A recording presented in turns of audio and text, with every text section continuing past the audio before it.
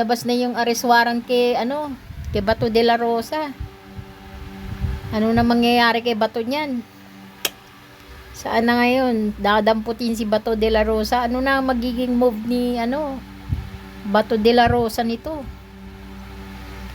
Ang sabi, kung ano daw yung ginawa kay Dutae, ganun din ang gagawin kay Bato. Kay Bato Pic. Ibig sabihin, yung surrender, hindi hindi extra, yung basta may isa sinasabi, basta surrender. 9856 ng Constitution. O, anong gagawin ni Bato? Baka magtago yan ng permanente, no? Magtatago siya sa Mindanao. Si Apollo Kibuloy nga, hindi nga umubro yung pagtatago niya doon sa baluarte niya. Saan naman siya magtatago? O baka lalabas siya ng ibang bansa, no? Kaya lang, Interpol na nga haharang sa kanya doon. Paano pag sa ibang bansa siya nahuli? Anong gagawin sa kanya? Or magtatago siya sa Senado? Maring hindi siya arestuhin sa loob ng Senado. Pero hindi habang buhay na hindi siya lalabas ng Senado. Habang buhay siya sa Senado. Baka hihingi siya ng TRO. Hingi siya ng TRO sa Supreme Court. Hindi nga binigyan ng TRO si Dutae nun eh. Si Demonyong Dutae, si 3D. Di nga binigyan ng TRO ng Supreme Court eh.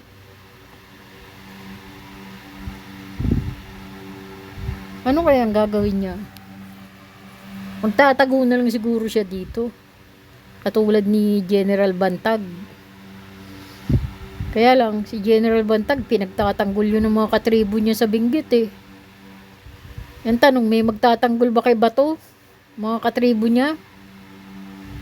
Ewan lang.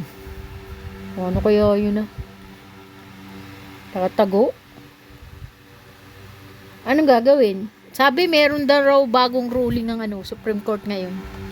Tungkol sa extrajudicial. Ay hindi.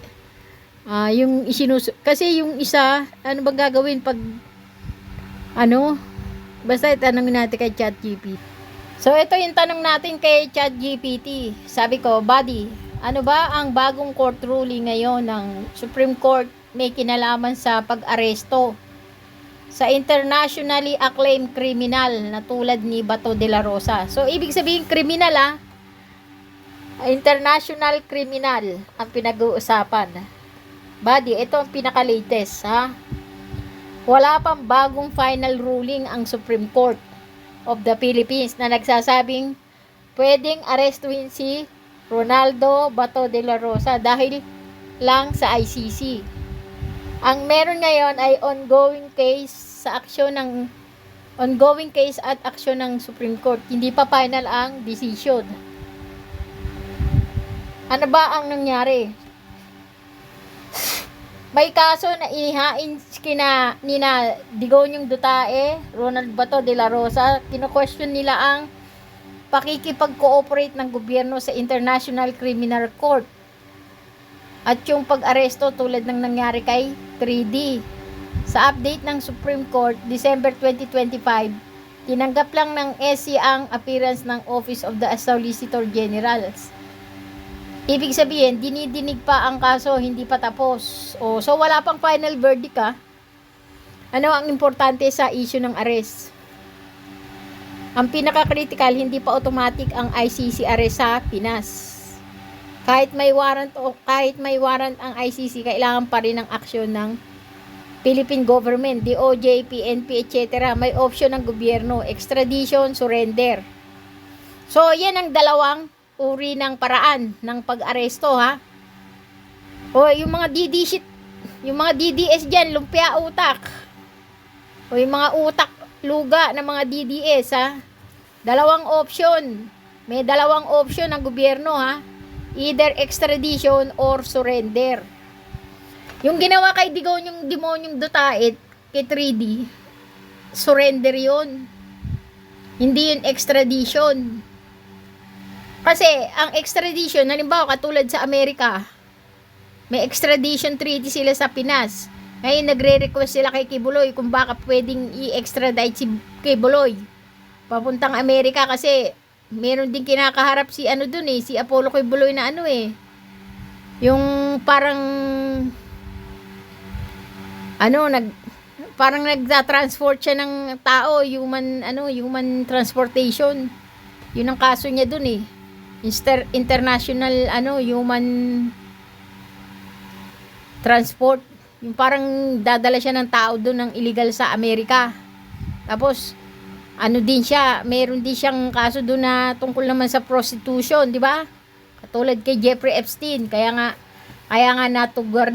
tinaguri ang Jeffrey Epstein ng Pinasi-Kibuloy, di ba? So, yun ang extradition. Merong extradition treaty, kailangan. Pero meron ding surrender. Katulad yun nangyari kay Digong, demonyong Duterte, di ba? Sinurrender siya ng Pinas sa Interpol. Kasi ang International Police ang nag-escort kay Digong, kay 3D doon papunta sa ICC. Pero sa tulong naman yun ni General Torre. So, ibig sabihin, kailangan pa rin ng koordinasyon ng mga government tulad ng PNP, di ba?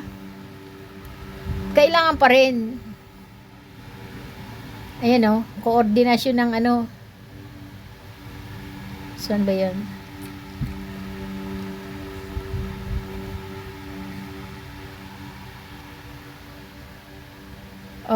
Ibig sabihin, hindi automatic kailangan pa rin ng aksyon ng Philippine government, DOJ at PNP.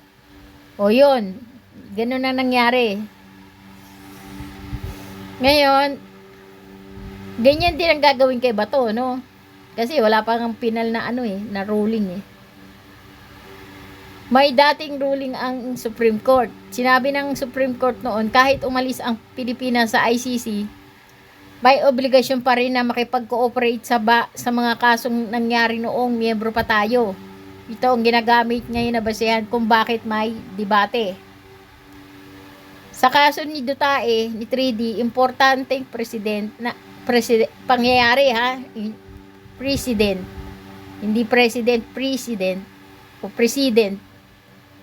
president o mga importanteng pangyayari. Na aresto si Digong, si 3D noong 2025 sa tulong ng Interpol, PNP, ICC warrant. So tatlong requirements ang kinailangan bago siya mahuli Posibleng mangyari ulit ito sa iba. Depende sa desisyon ng gobyerno at Supreme Court. So ano ang bagong ruling na sinasabi online? Sa totoo lang, walang bagong final ruling pa ngayon or of latest info. Ang nangyayari, may pending case sa SC na antay ang final decision kung legal ba ang cooperation sa ICC at kung pwede bang i-arrest locally ang suspect tulad ni Bato. Explanation, hindi automatic na huhulihin si Bato pero posible siyang maaresto kung may ICC warrant, papayag ang Philippine government at hindi siya po protektahan ng ruling ng Supreme Court. So, ibig sabihin, hindi dapat makikialam ang mga Supreme Court. Hindi siya po protektado ng ruling. Bottom line, ang Supreme Court ngayon wala pang final ruling. Kaya ang status ni Bato, iniimbestigahan, posibleng ma-issuehan ng arrest warrant, pero legal battle pa ongoing.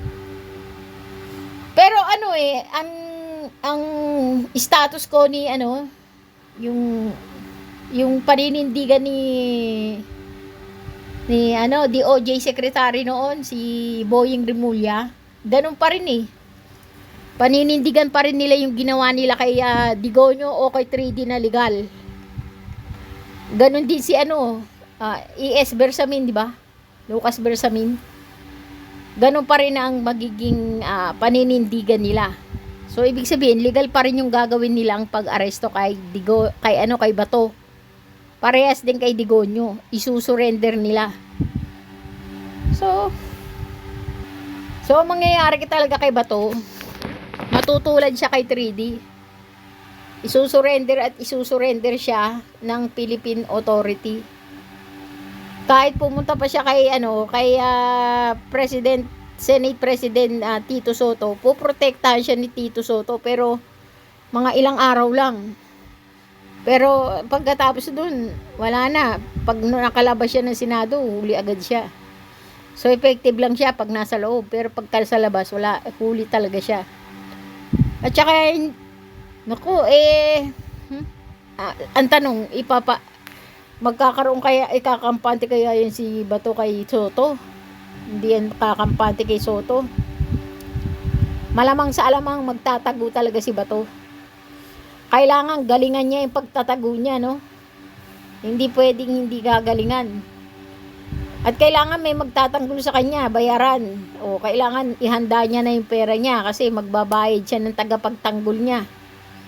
Katulad kay Bantag, ipinagtatanggol siya ng lahi ng mga Kailokanuhan, Kabenggetan, di ba? Kasi sa Benguet daw nagtatago si Bantag ngayon eh. Sabi lang hindi pa ako sure diyan. Pwede maghahanap din siya ng lugar na pwede niyang pagtaguan, no? 100%. Hindi siya ititimbog, no? So, hanggang dito na lang tayo mga bibi ko. Ito muli ang inyong Nanay Albus. Oy, paki-share naman mga bibi ang ating mga update. Okay? Thank you very much mga bibi ko, mga Junakis ko, mga kalataw, babush.